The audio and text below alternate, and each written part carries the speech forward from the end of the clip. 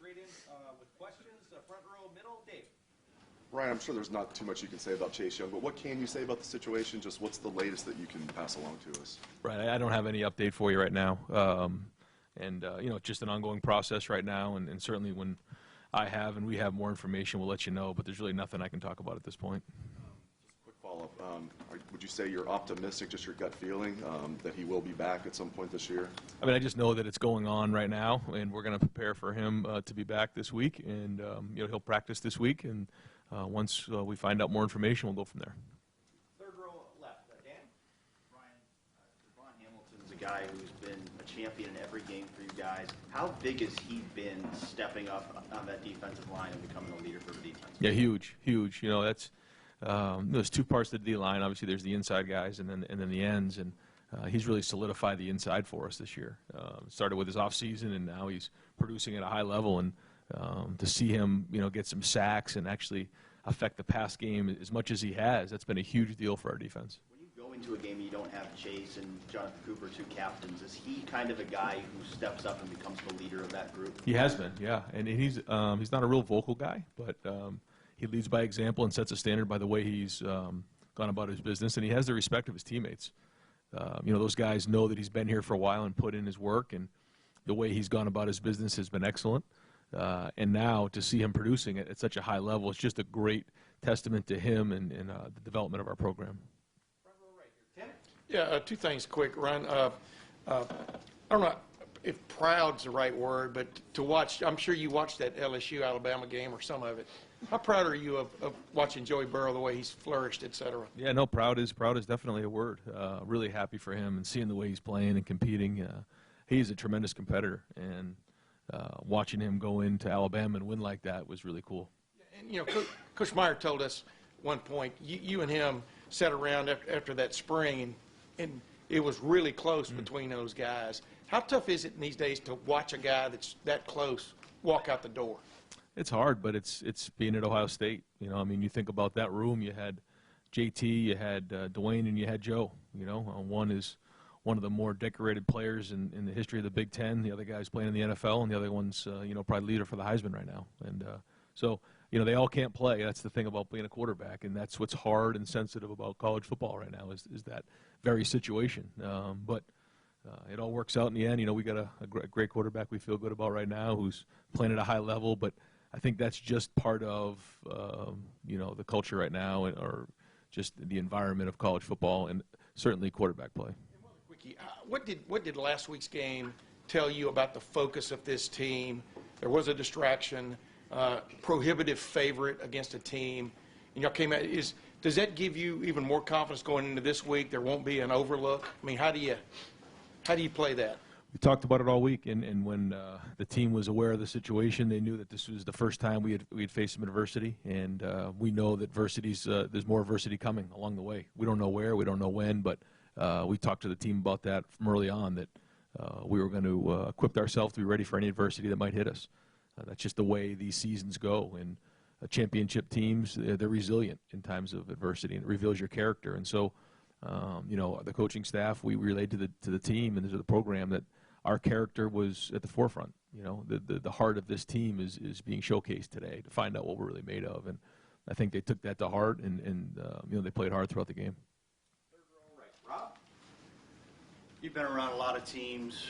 What would you define as the it factor for a team this team seems to have it? What is it? What are you looking for? What defines it? I don't know yet. I think, again, some of these things are things that we'll probably go back in February and sit down and talk about over dinner or something like that. I think when you're in the middle of it right now, what you try to do is you try to forecast, what's coming here. And one of the things we have got to do is we have to hold ourselves to a certain standard, and that we cannot at any point lose our discipline, lose our focus, because like we had 13 penalties in a game. That's unacceptable. That's going to hurt us in a close game, and execution level's got to be at an all-time high, and the effort and all those things, and taking care of the ball and ball security, decision-making, communication, all of those things have got to be really good, if we're going to win close games. And so, our team hasn't really been in the fourth quarter of a dogfight yet. And so those are the things that we're really focusing on right now. But to answer your question, I think we'll know more of that at the end. the one thing that I know that I love about this team is the chemistry and the maturity. Practice that. You just talked, you haven't had a fourth quarter game. You had some adversity in game versus Wisconsin, but is it just, are you wondering yourself, how are we going to do when we need, it's 3rd and 7 and we need it and we're behind if that moment comes? Do you keep practicing? Yeah, not worrying about it, just preparing for it and making sure that we're constantly talking about it, what it means, and practicing at a high level. And then at the end of the day, you're just going to trust your training. And then when you're in that moment, you'll just go back to the way you've trained, the way you've prepared. And if you haven't done that the right way, then you won't execute the way you're supposed to. I think to our team's credit right now, they have prepared and they've executed at a high level in a lot of areas. And so that's good, but now we can't ever lose focus of that because that's when you get yourself in trouble. So that's the message this week. Front row left. Nathan? Justin Fields a couple times in his high school career had season-ending injuries. Obviously went through a lot of stuff last year at Georgia. It's like when you're evaluating quarterbacks as you're bringing them in beyond X's and O's stuff, do you look for things like that, that they've proven themselves in adverse situations like that? There's a lot of things, especially with a quarterback, that you try to dive into. I don't think you really know until you get them, though. And you try to do the best you can to ask the coaches in the area, to ask the people in the school, and find out the most you can about the individual, because all those things are tested, especially when you get into November. So, yeah, I mean, you got to ask all those questions because the talent is one thing, but being able to work through adversity and being consistent and making sure that you're tough enough. I mean, one of the hardest things about being a quarterback at the highest level, whether it's the NFL or where we're at, is the amount of meeting time. I mean, we have to spend so much time in the meeting room and watching film week in and week out. There's more time in the meeting room than there actually is on the field. And that takes discipline and that takes toughness, too, to make sure you're doing that because, the immature, the weak-minded, they start to take weeks off because it gets too much for them. And so those are all things that we want to make sure we have grinders at quarterback. Has this defensive performance helped him by just kind of taking some of the pressure off of him this season and letting him ease into things? Well, I don't think he's eased into anything. I think that he's approached every game and every snap the right way. But it is good to have a defense as strong as ours is, so that we get the ball back. Like in the first half of that Michigan State game, maybe we weren't clicking on all cylinders, but the defense got us some turnovers early, and the more at bats we get, the better. But we also need to understand that there's going to be times where we're not going to have that luxury. So, but those are all things we talk about. Lastly, what ways have you seen Jeff Okudah's presence on the field affect the way teams are attacking you in the passing game? Well, I think that he doesn't get a ton of action over there because he's so good at what he does and he covers guys, and there's not a lot of room over there to throw it. And so I think that maybe affects where teams are going. If it's zone coverage, typically quarterback will just go where the zone tells him to go. But if it is man-to-man, most reads are matchup based. So they have to decide if that's a matchup they like or not. Front row right. Austin? Ryan, what did you think of Chugginoff on Saturday? I thought he started out okay. We get that delay game. I got it in late, but he's got to help me with that and get the thing off. And then we had the sack fumble. But then after that, I thought he settled down and played good. Got the ball out of his hand quick, threw some nice balls, made some good decisions. He's a guy who's been around a lot of football. He's very smart. He's a guy you can count on. You know what I mean? Just to understand what's going on, and he throws a good ball. I mean, he's got good touch, and he's very intelligent. So I mean, he can handle a lot without getting a ton of reps, and that's hard to do. And I think the good thing, he's played a decent amount of football this year, which is good. I don't know how many attempts he has, but when he's gone in there, I think he's competed and done well. I know you like to say you don't have expectations or surprises, but when he got here, at least for me, I never thought we'd see him play much for Ohio State. I mean, how far has he come? And I know circumstances changed this, but did you envision that he could be doing what he's doing right now?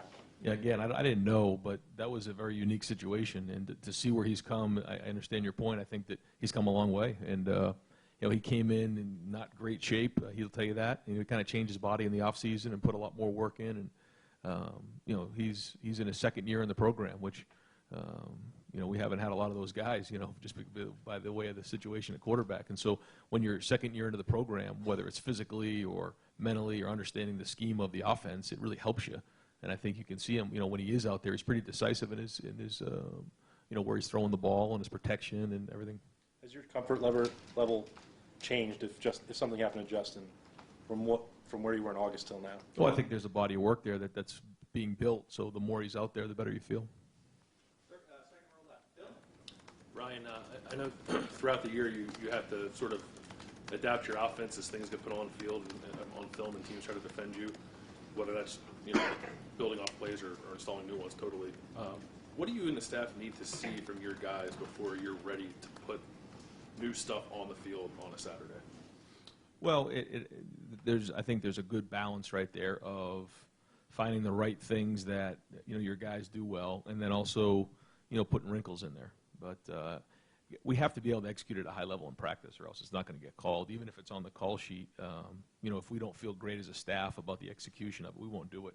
We'll just run another play that we feel better about again until maybe the next week it's ready to go.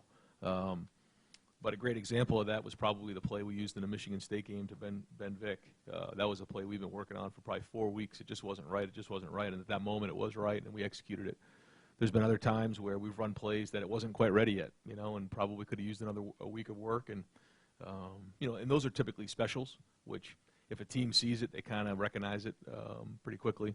But then there's also the base plays. Those are plays you just carry week in and week out.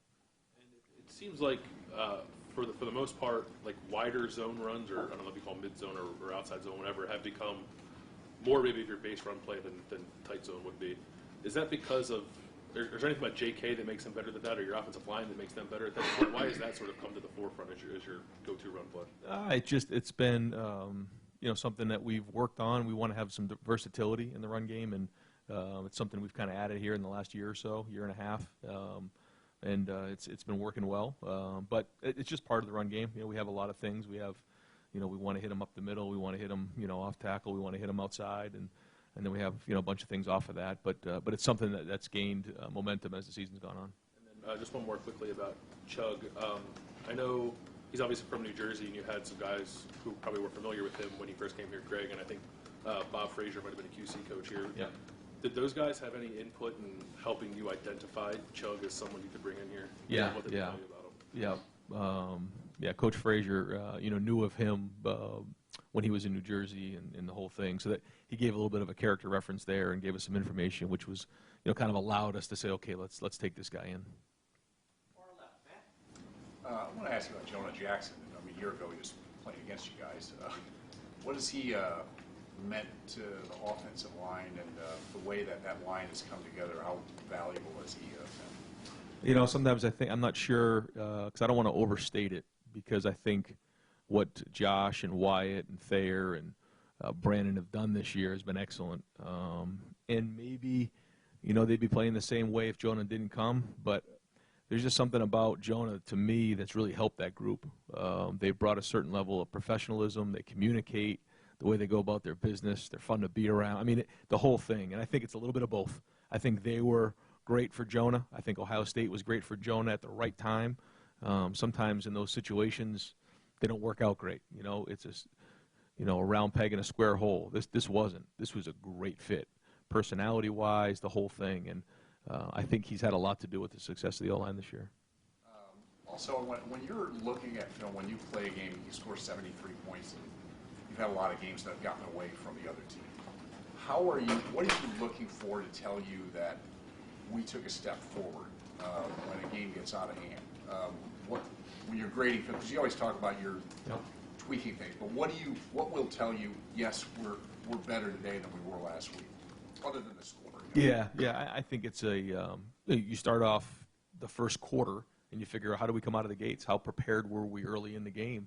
How were we playing when they were fresh, when we were fresh?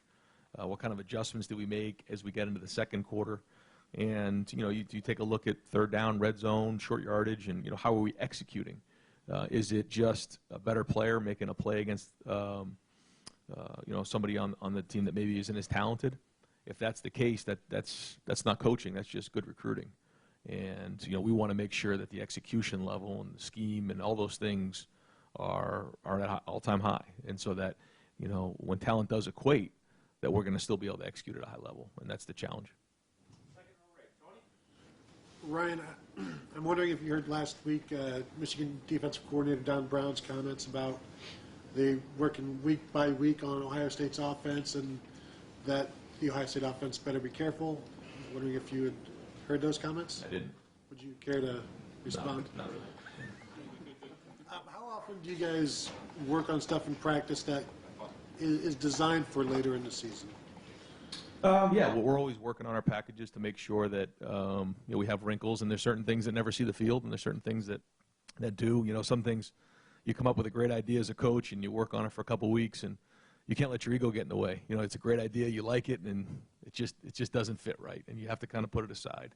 But then there's also things with you work on, you get them ready as time goes on, and but that's kind of something that goes on with every program, every kind of offense throughout the season. Front row right. Bill? Zach Harrison and Garrett Wilson, I think, were your two highest rated recruits coming in. They've eased in. Are they at the point now where you don't think of them as freshmen, and what can they give you in the home stretch here? Well, they've played a lot of football. That's just the way the season's played out. So they've made a lot of mistakes, but they've grown from it. So they're ahead of where they would typically be for a freshman, and so I think they're both able to make an impact here late in the season. And I don't think anyone's asked you about Rutgers, and obviously they've had their struggles. What's the challenge of a game like this when everyone assumes that this is going to be a blowout? Well, it just goes back to our execution and our discipline and what is our standard. And, we certainly have respect for everybody we play. And, I've known Nunzio a long time. He's gonna do a great job. He's had a week off, and those guys are going to come out and play really, really hard. And so, if we're going to take anything for granted, I think we're just going to show up and Piscataway and we're going to win a game. That's not going to happen. So we have to do a good job, and those guys are going to play really, really hard. So, but at the end of the day, the focus is that it comes back to us and what is our standard. And we have to make sure that we're holding up that standard. And we got a lot at stake here. So we can't, put any of that stuff to risk. And that's just something that the coaching staff's been hammering home with the players. And to this point, they've respected that, and they have to continue to. Right next door, Joey. Brian, what's kind of the plan for Rashad Berry? He kind of play tight end, play defensive end. Is he going to go two ways the rest of the season? How do you kind of? Yeah, he's very talented, so he has the ability to do both. And based on the game plan and based on what we're seeing week in and week out, we're going to try to plug him in where we think he can best help. But that could be on either side of the ball. Is that a challenge at all in practice, just in terms of developing a plan for him? Just organizationally, yeah. I mean, you have to make sure you're organized and make sure you're getting the right amount of time and meetings, and then individual on the field, and then getting the teamwork. And can you kind of give us an update on where Gunnar is in the development? Obviously, we've seen more of Chugginoff kind of as the first guy. Sure. Number 2 in the depth chart, but where's Gunnar at? Yeah, I mean, Chris has had 2 years in a program, so he knows it better than Gunnar does. And but Gunnar is getting better. He's still learning the offense, but right now Chris is ahead of Gunnar. Far right over here, Clay. Your players encounter sudden change on the field. You've had 2 kind of major sudden changes. Hey, we want you to run the program for the first 3 games last year. This year with Chase, how does that promote growth as a head coach?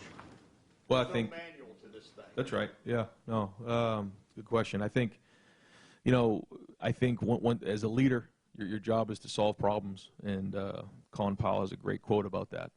And that's your job. And if people stop coming to you with the problems, then you're not a very good leader. And that's the job as a head coach, is to solve the problems.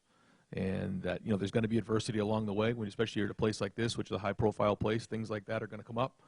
And when that happens, we're going to be steady in the boat. We're going to go back to who we are, and it reveals character. And so being strong in there and counting on our leaders and communicating well with the team is all important, and that we're going to get through it in the end, no matter what it is.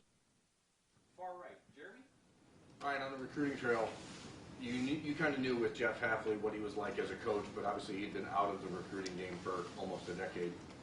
Has he been what you expected or more, and how has he helped you kind of reassert the footprint in New Jersey with Greg moving up? Yeah. So I remember when we were the 49ers, I told Jeff, I said, Jeff, you have an unbelievable combination of recruiting, because he was a great recruiter when he was in college, and ability to relate to players, and then his understanding of defensive football. And I think that's what makes a great college football coach, those 3 things. If you can relate to players, if you know what you're doing, and you're a really good recruiter, then you can be an all-star, and I think Jeff's an all-star. I thought that when he was at Rutgers and at Pitt.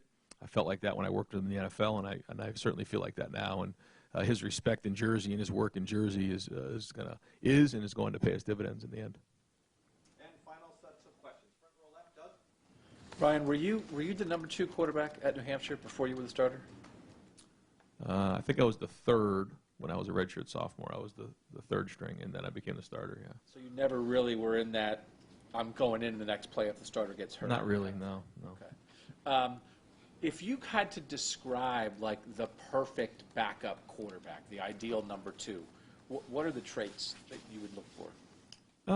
I mean, everyone's different, so you don't know where they're at in their development, if it's a younger guy or an older guy, but you want somebody who's able to execute the offense without getting a lot of reps, physical reps with the first team, and that's hard to do. So I know it sounds funny, but somebody who can play with their imagination, someone who can sit in the back and visualize what's going to happen so that when they do have their opportunity, they're able to play at a high level. And some guys can do that. Other guys struggle with that. Other guys need reps. They're rep guys. Other guys can sit there and kind of sit in meetings and put themselves in a situation, but that can be exhausting mentally for somebody. And so I think that's one of the traits of a backup quarterback that helps them be successful. And to double back on what you've been asked about a lot, just the idea of first-time head coach, and I know you dealt with some stuff last year, obviously. But when things were going so well, you guys are undefeated. You're not even playing into the fourth quarter. Was there a part of you, I don't know if bracing is the right word, but like preparing for like it's not going to be perfect, it's not going to be perfect. And if this Chase thing is the first sign of that, like, how did you prepare yourself for the idea that something was going to come? Well, when I took the job, I mean, I knew that that's what this is going to bring. I mean, not every day is going to be perfect. We're not going to be undefeated forever. Things aren't going to be perfect all the time. That's part of being the head football coach at a big-time program and being at Ohio State. I mean, we know that. And that's part of the job, and that's a big part of the job. And, talk to my family, talk to Nina about that at length, is that there's going to be some days that are better than others. But at the end of the day, we're going to do things the right way. We're going to recruit great people. And when things get rough, we're just going to rely on each other. And it's going to come back to our character. And that in the end, adversity reveals character. And so as long as we're strong, great things are going to happen, and we can get through anything together. And so that's what's going to happen. And, I know that things are going to come up along the way, but we'll be strong in there, steady in the boat, and we work through it together.